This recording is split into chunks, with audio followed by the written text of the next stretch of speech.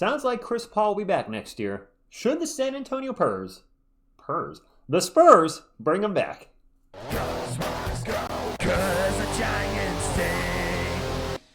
What is up, San Antonio Spurs fans? Welcome to TSR Sports. Hope you're having a great weekend. Caught an article from Air Alamo about Chris Paul coming back. So let's jump into that before the answer to the question, or before I give my 2 cents on whether they should bring him back. All right, Chris Paul recently said in an interview, I'll be 40 in May. That's next month. So yeah, man, I'm going to keep playing, I think. At the end of every season, I evaluate everything, but the more years that go by, it's more conversations with my family, with my kids. They have a lot of say-so. They got a lot of input, as they should. TSR having a rough morning here. Recently, there has been speculation that Paul would head into coaching after he finishes playing. And that could still be the case, but that plan may be delayed if he doesn't change his mind. Paul has yet to miss a game, and he can still put. Struggle's real, man. He can still put on a show. And I read this, obviously. I don't know what's going on here. The fact that he hasn't missed a game this season, I don't believe Harrison Barnes has missed a game this season either. That is crazy that two of our oldest players, I don't know if Biombo's older than Barnes, are playing every game, and then our young guys are missing games left and right. Devin, Kelvin, Sohan, what's going on here? Anyway, I digress and begin onto the article, and hopefully I can read it without flubbing it. San Antonio won their fair share of games this season due to Paul's intellect or outright shot making in the clutch. Yes, there's been at times, not a lot, where he's taken over in the fourth quarter. I'm like, wow, CP3, do your thing. The Spurs, after dealing Trey Jones at the trade deadline, their options at backup point guard were limited. That's true. Blake Wesley has played good minutes lately, but his jump shot is still incredibly unreliable. He actually just had a weird sequence. If you haven't been checking the box score or watching the games, Blake had one of his best games ever, scoring 15 points, and then in their last game went 0 for 7 from the field and missed 2 layups in a row. He had an open layup, got his own offensive putback, and missed that too. So we went from seeing probably his best game of the season to his worst game of the season. Paul's only making $10 million this year. I wish I was only making $10 million. And it could likely command a similar price next season, but it would be time for him to come off the bench. We'll get back to that in just a few moments. De'Aaron Fox and Stephon Castle would take the reins as the starting guards, and with Paul running the bench, the Spurs wouldn't have to worry about drafting a backup or spending money in free agency on the position. They need to add shooters and depth and size behind Victor Wembanyama first. If CP3 plays another year, the Spurs should do everything they can to ensure it's with the silver and black again. All right, let me give my 2 cents on whether I think he should come back.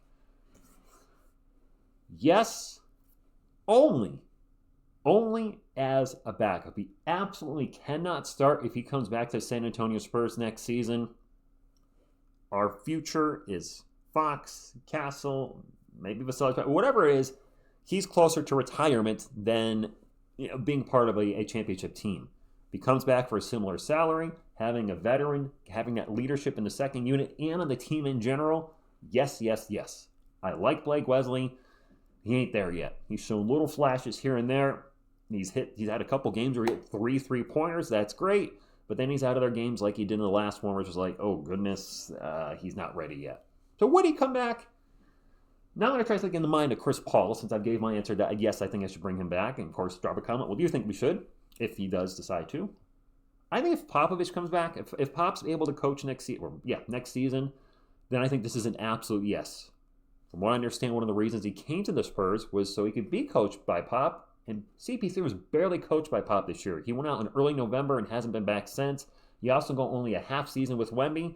So yeah, I think that he does. But he's got to be willing to be a backup. If he's saying, I want to start, then I'd say, Chris Paul, thank you for your time. Good luck to wherever you may go. So backup, yes. Anything else, no.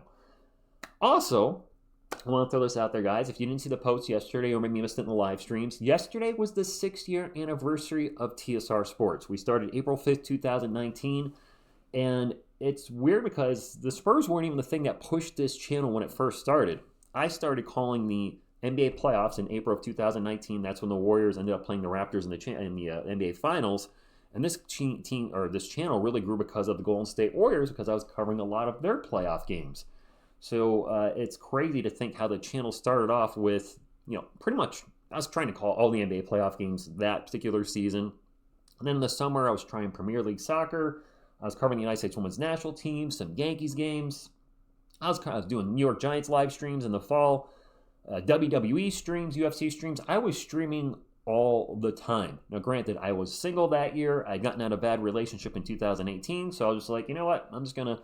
I'll focus on growing the channel. We grew a lot in 2019, but I was live almost every single day, and didn't enjoy that. I did enjoy it at first, but then it just became more like a job, and that's what I didn't want to do. And since then, we've transformed the channel significantly. The first couple years, it had an identity crisis, but now it's become a focus on San Antonio Spurs content is obviously the biggest driver of the channel with videos and live streams. But we do New York Giants content fairly regular now, especially during the season. It's only shorts, but that's how I like doing Giants content. Sure, the channel might not grow much because of that, but that's what I enjoy doing. But we also started doing documentaries on that channel. What's excited about? Going to shoot another one actually after this video. Or shoot the me footage of the next video after this.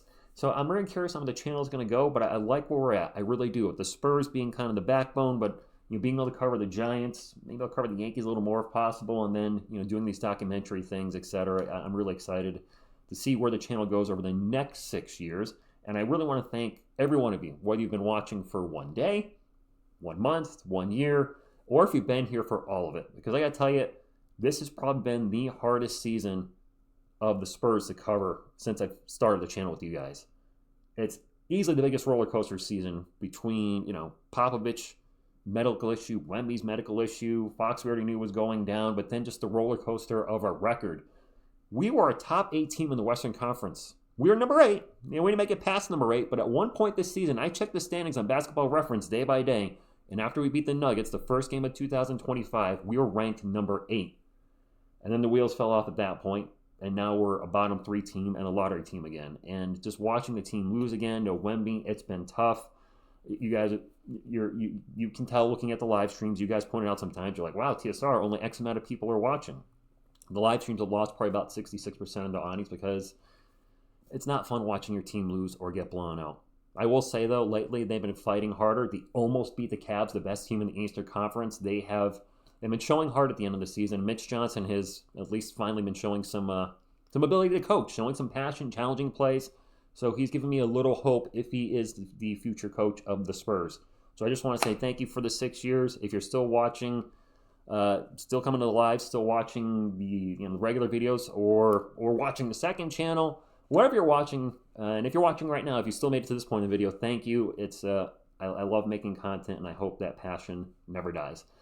Speaking of content, the Portland Trailblazers play our Spurs today in Tank Bowl 2025, because I don't know if either team's going to want to win this game. Portland right now is 2 spots ahead of us in the lottery. Well, 2 spots behind us, right directly behind us. 2 wins more than us. So we'll see what happens today with both those teams. We also got UConn, the UConn women's team, playing today in the national championship at 3 p.m. I'll be watching that. Won't be watching it. Miss TSR should be at home watching it with her mom because I have a game at 6 p.m. It just the time does not work out for us. And then, last but not least, what happened last night? I was tired. I shut the Duke game off. I wake up this morning and they lost. I think they were up at like 15 with 8 or 9 minutes left in the game. I think I just saw Cooper Flag throw down a huge dunk, and I'm like, yeah, I'm tired. This game's over. And I wake up and they lost by 3. Oh, I wish I wasn't tired last night. So, man, what a crazy game. The national championship, I believe, is tomorrow. So, go UConn. If you watch the game today, be rooting for the UConn ladies team. Paige Beckers has not won a championship with UConn, so hope she finally gets one. And obviously we can talk about it at 6 p.m. Eastern for the Spurs and Trailblazers. That should be, wow. I don't know. I really don't know if either team's going to try to win that game today. I think they will, maybe. It's not in our nature to tank, so I think I call the Spurs winning. I think I'm going to call the Spurs win today, and Castle's going to go for 30. There you go. Like, comment, subscribe, all that good stuff. Thank you all, and as always, go Spurs, go. Go Spurs, go!